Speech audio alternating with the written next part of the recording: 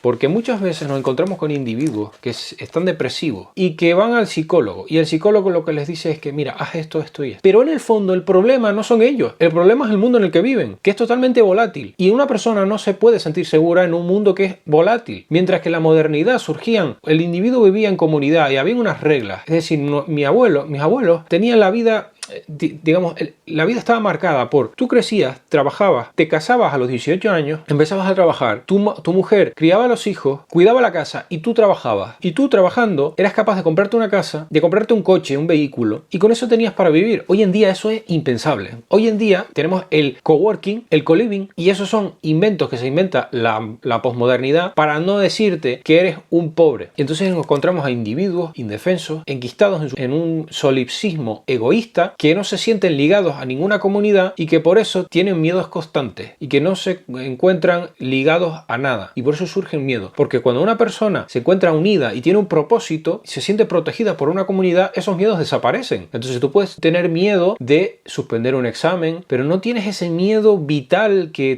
tiene el ser humano hoy en día.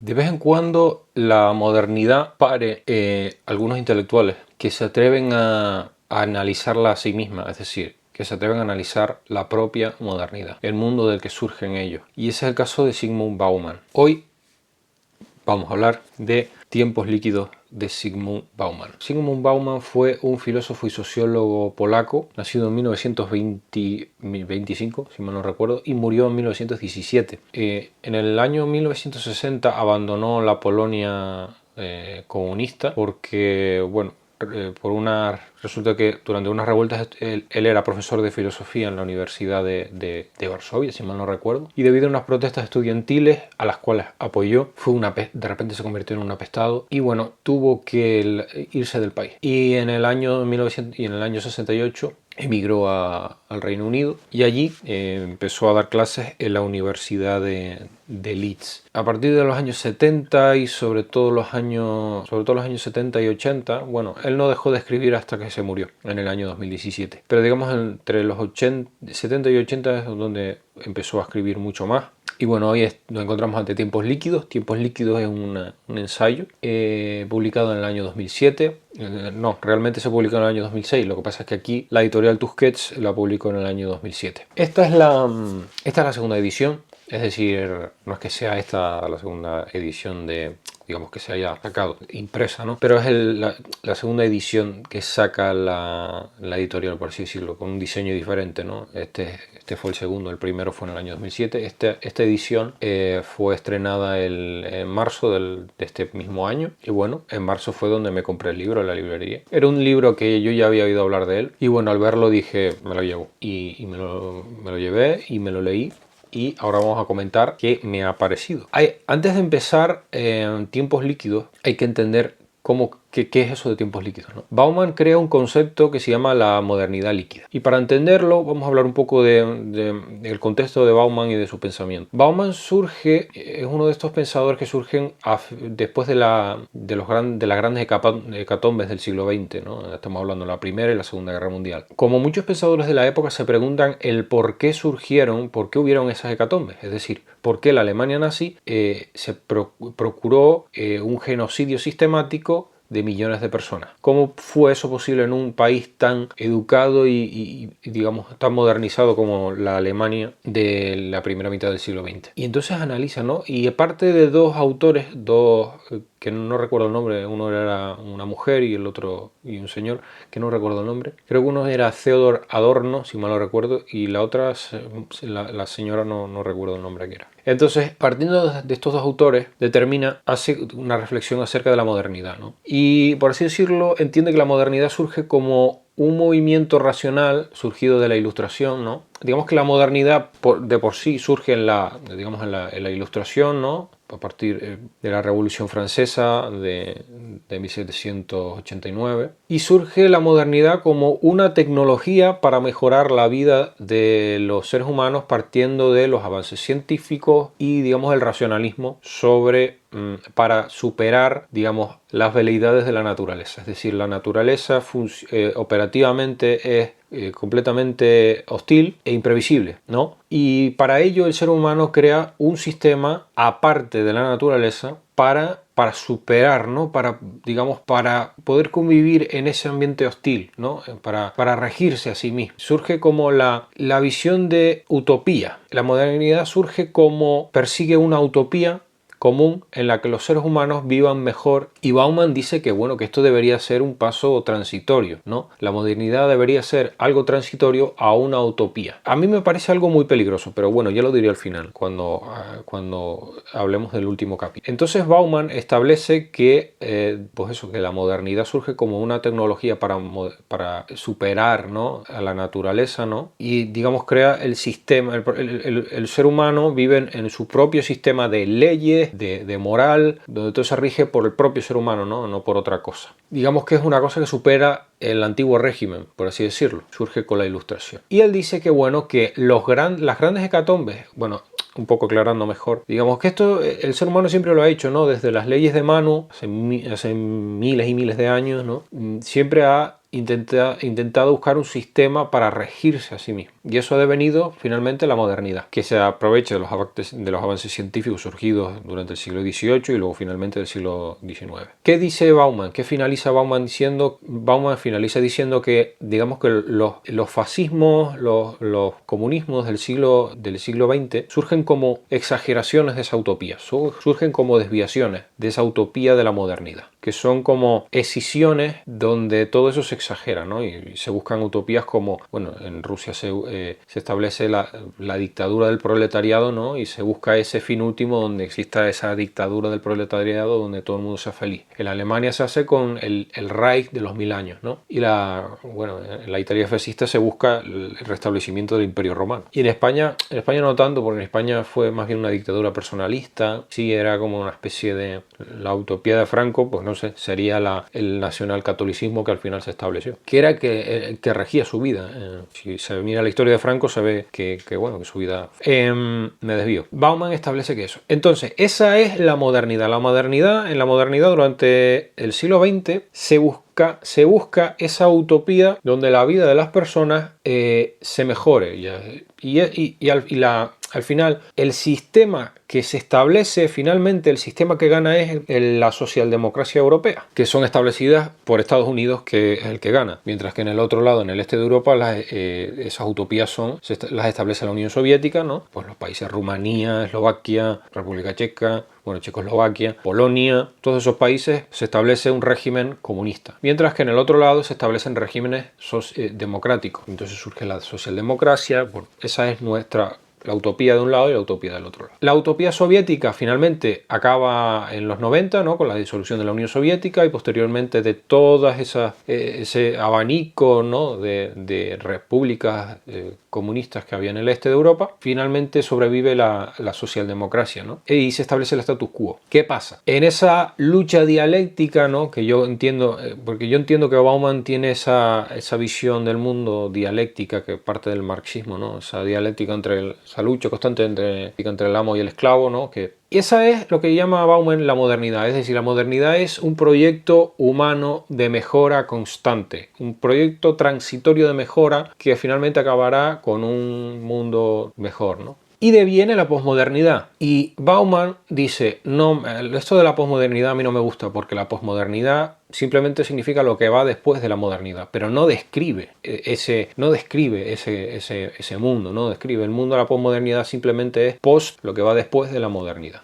Entonces Bauman acuña el término de modernidad líquida. Y la modernidad líquida, bueno, su característica principal es la liquidez. Es decir, el mundo en el que vivimos actualmente, el mundo posmoderno, es un mundo totalmente líquido, donde todo fluye constantemente, nada es fijo, todo se volatiliza. Las estructuras construidas, las estructuras sociales, ¿no? El sentido de comunidad revienta, explota por los aires y se sustituye en vez de la utopía común, se sustituye por la utopía individual. Y entonces vivimos en un mundo donde cada individuo persigue su utopía individual donde constantemente se autorreafirma a través del consumismo y de la proyección de sí mismo en las redes sociales. Y eso creo que ninguno escapamos. Claro, cuando uno entiende todo esto, se da cuenta del mundo en el que vive. Digamos que ese círculo vicioso en el que uno se reafirma, ya sea compartiendo la música que te gusta, compartiendo los libros que te gusta, consumiendo digamos, productos de consumo, es cuando el ser humano se reafirma y busca su propia utopía, su propia autodeterminación, totalmente aparte de la sociedad. Entonces nos encontramos con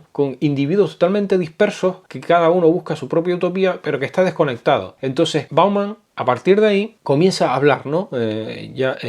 Entonces, partiendo de esta idea de la modernidad líquida, Bauman empieza a hablar y nos encontramos con el primer capítulo, que se titula La vida líquida moderna y sus miedos, en el que Bauman explora, pues, partiendo de este concepto de individuo, del sujeto, digamos que en la modernidad líquida, el sujeto es un sujeto totalmente, digamos, como dice Juan Manuel de Prada, el individuo es como, se convierte en una papilla, ¿no? Una papilla indeterminada, ¿no? Que fluctúa siempre y constantemente. Todo fluctúa. El mercado laboral, los gustos personales, la música, los memes, el humor, todo, la política, todo cambia constantemente en todas las direcciones y nadie puede controlar absolutamente nada. Nos encontramos en un estado de asombro porque todo cambia constantemente. Entonces Bauman habla de los miedos que surgen de todo esto en el primer capítulo, porque claro, al desligarnos completamente del sentido de comunidad, los miedos que surgen del propio mundo, del propio sistema creado por el ser humano, atemorizan a todo el mundo, porque no tenemos un sentido de colectividad, no nos sentimos unidos y protegidos a una comunidad. Esto obviamente depende, ¿no? Yo creo que esto se da sobre todo en las ciudades y los núcleos más grandes, donde las ciudades es algo horrible, pero bueno, esto se da en las ciudades, ¿no? El ser humano se encuentra indefenso ante las amenazas que surgen del propio mundo, ¿no? Entonces todo el mundo tiene miedo, ¿no? Todo el mundo, eso se ve por ejemplo en las redes sociales, ¿no? Las redes sociales es una continua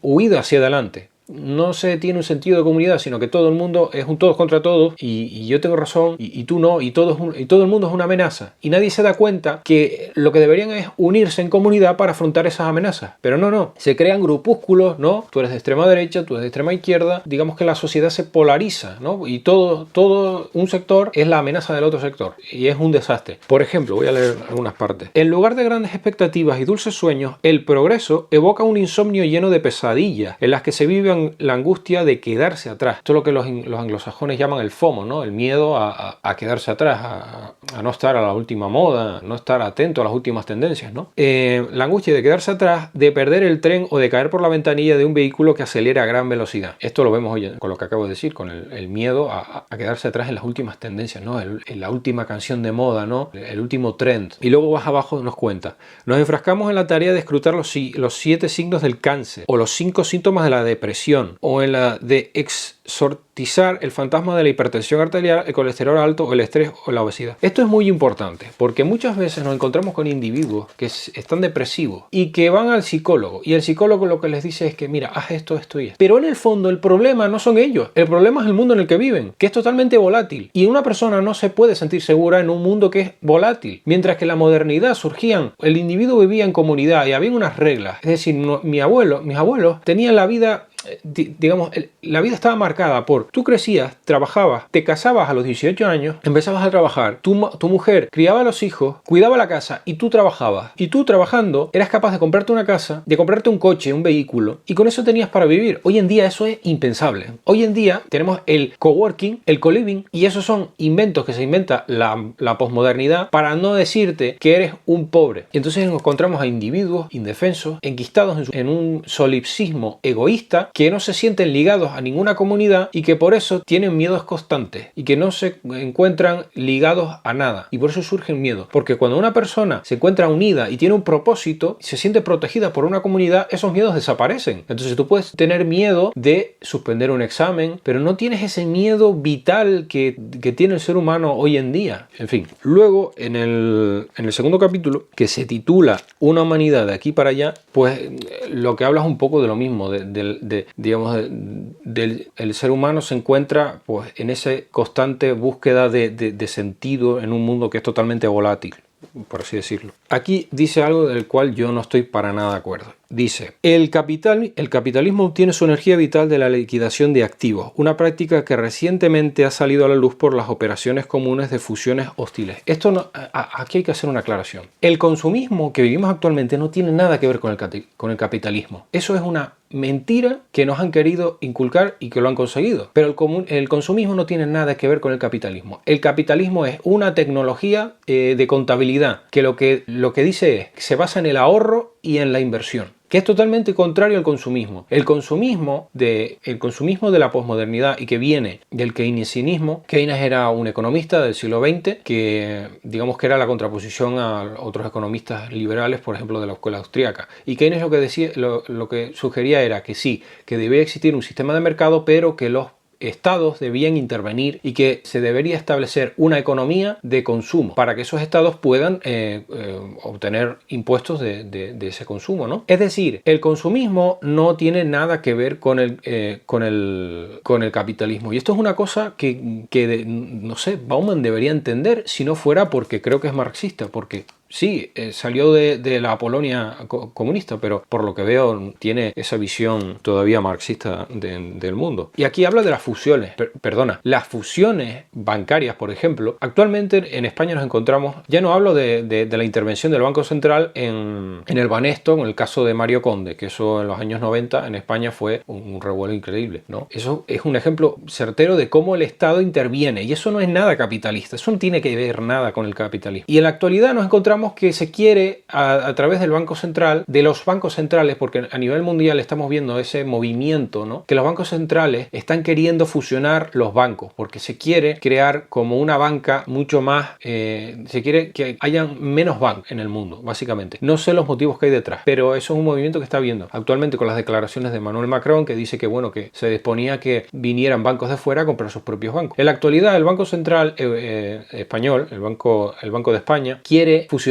el BBVA con el Banco Sabadell. Eso se está viendo actualmente. Eso no tiene nada que ver con el capitalismo. El que me diga que eso es capitalismo, perdona, pero está equivocado, y no entiendo cómo Bauman cae en eso. Bueno, siguiendo un poco más adelante, en el capítulo número 3, titulado El Estado, la democracia y el manejo de los miedos, habla un poco de la examinación, digamos, cómo la globalización nos encontramos ante las tecnologías modernas y cómo han transformado nuestra percepción del tiempo. Y aquí, por ejemplo, nos encontramos con reflexiones como esta. Dice, Castell atribuye, aquí se refiere a un autor llamado Castell, dice, atribuye a la actualidad de individualización de la responsabilidad del estado de cosas. Sugiere que la sociedad moderna, al haber sustituido las comunidades y corporaciones estrechamente unidas que antaño definían las normas de protección y supervisaban su aplicación por el deber individual del interés propio, del cuidado de uno mismo y de la autosuficiencia, ha vivido en las arenas movedizas de la contingencia. En una sociedad así, la sensación de inseguridad existencial y los temores dispersos ante los peligros difusos son inevitablemente endémicos. Lo que estábamos hablando antes, básicamente. Y luego pasa al capítulo número 4, donde el capítulo número 4, llamado Sin contacto pero juntos, habla un poco pues, de esta liquidez, pero aplicado al mundo del trabajo, ¿no?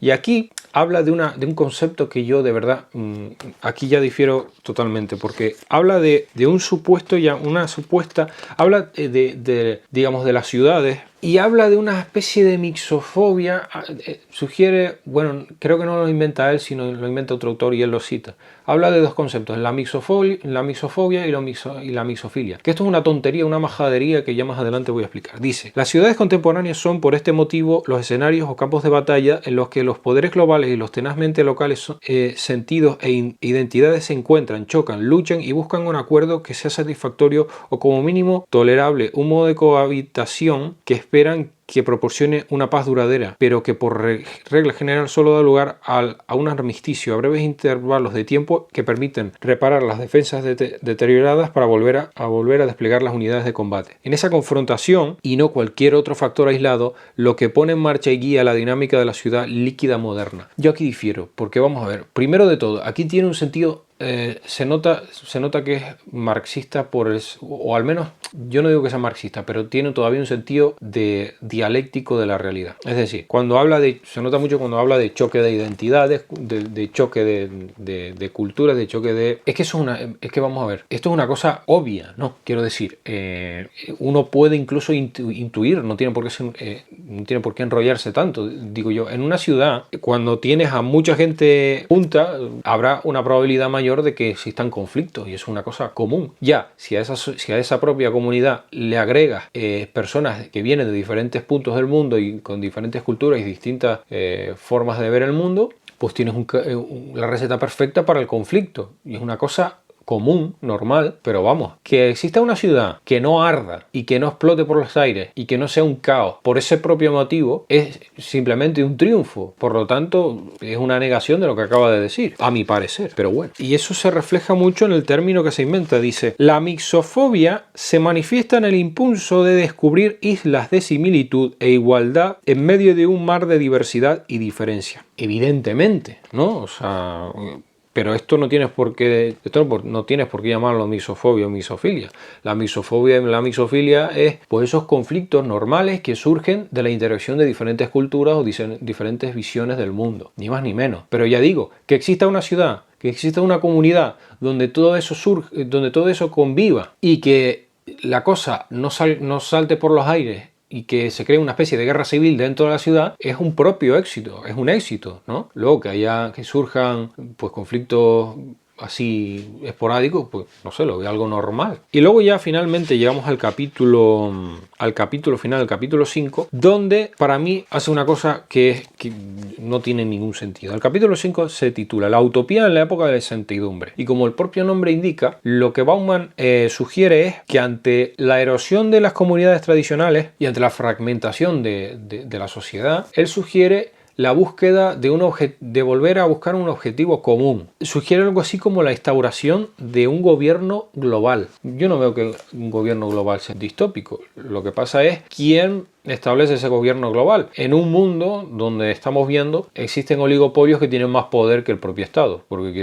Porque actualmente ¿quién tiene más capacidad de cambio? ¿Los propios estados, el propio aparato estatal o fondos de inversión como BlackRock o Vanguard que controlan, que manejan el equivalente a todo el Producto Interior Bruto de España, Francia y Alemania juntos? Es una locura.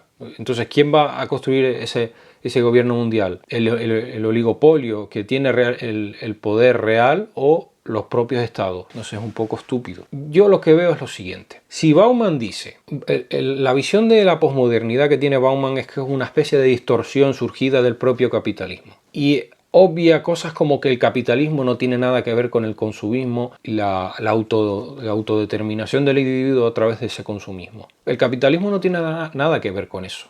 El capitalismo no tiene la culpa de eso. El problema que yo veo es que Bauman no se da cuenta que la posmodernidad es en lo que deviene la propia modernidad. Y entonces lo que yo creo es que lo que habría que revisar no es la posmodernidad, sino la propia modernidad.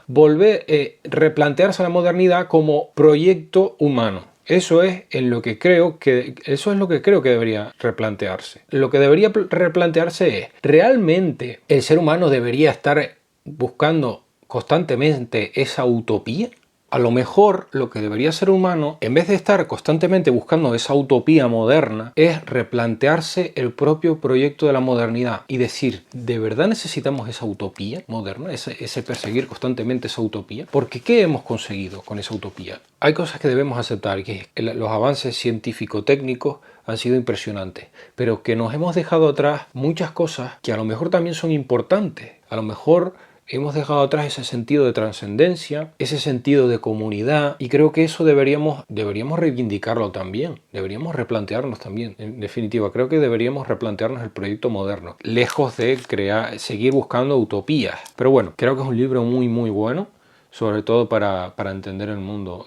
Me lo leí una vez y cuando lo terminé de leer me ha parecido una pérdida de tiempo, porque hay una cosa que hace Bauman y que hacen muchos pensadores y filósofos, como por ejemplo este señor, Noah Harari, Homo Deus. Este señor viene de escribir de Sapiens, donde de repente, después de hacer Sapiens, se pone a hacer futurología. Es decir, nos encontramos con individuos, con pensadores muy relevantes como Bauman, que tras haber descrito una realidad de una forma muy acertada, de repente se ponen a hacer futurología.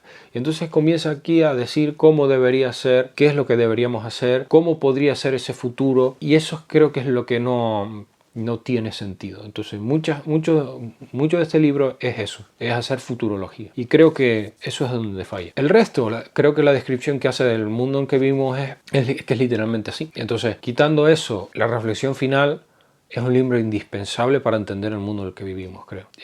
Así que nada, Tiempos líquidos, Zygmunt Bauman.